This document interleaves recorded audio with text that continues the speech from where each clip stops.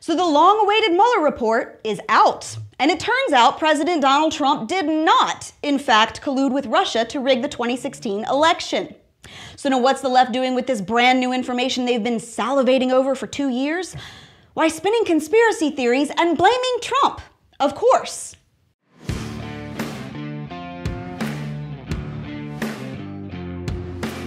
It turns out that not only did Donald Trump not collude with Russia to win the 2016 election, according to Bob Mueller, he didn't do it even after Russia offered their help.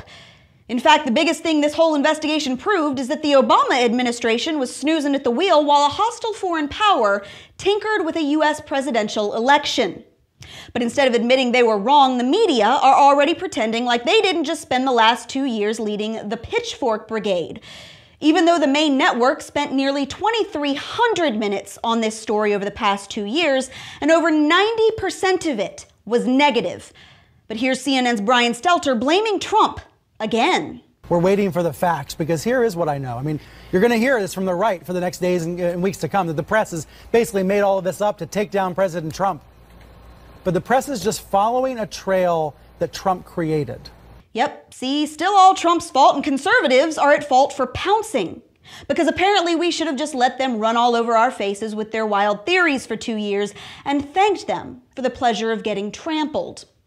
Meanwhile, a whole lot of people who supposedly care so much about our democracy seem awfully upset that a sitting U.S. president didn't conspire with a foreign power to rig a national election. They're so upset, in fact, that now they're moving the goalpost. Those who demanded we all wait and trust Mueller are now questioning whether or not we should trust Mueller. And they're already honing in on one line in Bill Barr's letter that says Mueller didn't determine one way or the other whether Trump obstructed justice, which wasn't even there to be had in the first place because there was no collusion. So what? Are we going to have to listen to 2 years of crazy obstruction conspiracy theories now?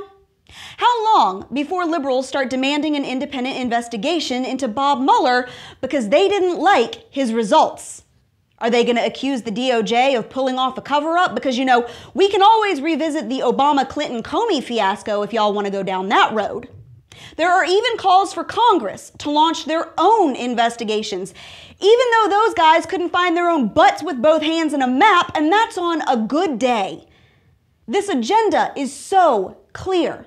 This whole thing has been a 2-year extension of the left's temper tantrum for losing in 2016 because they still can't get over it. It's the same reason that they suddenly want to do away with the Electoral College and lower the voting age to 16 and grant citizenship to millions of people who shouldn't even be here. They can't stand it when a Republican wins an election. And they would rather change the system and blame the Russians when they can't win on their crappy ideas. But it looks like Maxine Waters and friends will have to find a new hamster wheel to spin because this one has officially come unhinged. Hey, maybe we can finally get back to some real news now, like, say, our national debt and the invasion happening at our border. And that's your Reality Check America. Make sure you subscribe to our YouTube page, like us on Facebook and Twitter, and stay sane out there.